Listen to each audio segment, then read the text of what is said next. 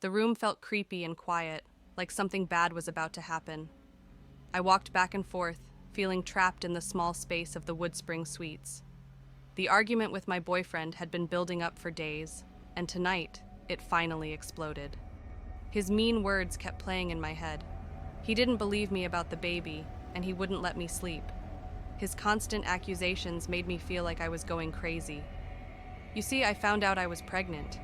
I didn't want to tell my boyfriend initially because I knew I would have to come clean and let him know that. I wasn't sure he was the father.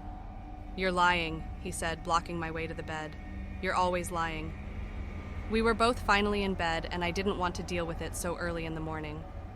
I tried not to get mad, but he kept on yelling and wouldn't just let it go.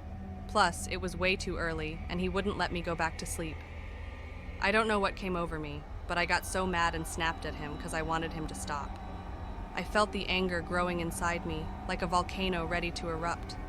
I picked up a knife from the kitchen, hoping to scare him. "Let me sleep," I warned, my voice shaking with a mix of fear and anger. "Or I'll stab you."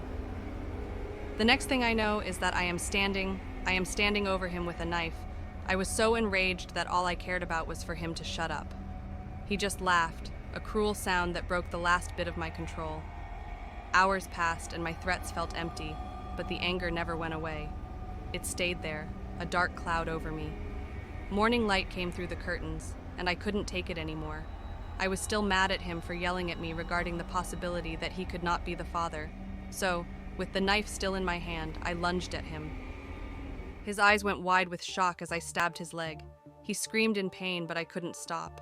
I grabbed his man part, now detached from his body.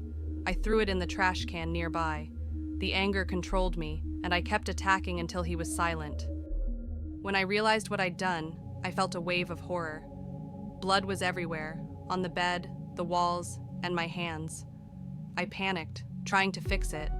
I ran to the store, my mind racing. I forgot to buy bandages, but it didn't matter anymore. I found antibiotics and rubbing alcohol, anything that might help. I even grabbed a beer to calm my nerves. But it was too late. He was still and lifeless. When I came back, he was cold and dead. I was desperate. I tried to clean up, to make it look like an accident, but the scene was too awful. At 9 p.m., with no other choice, I called the police. My voice was shaking as I talked to the dispatcher. "He's not breathing," I cried. "Please send someone." The police arrived, looking serious as they saw the bloody bed, his body, and his genitals in the trash. I confessed, feeling the weight of what I had done.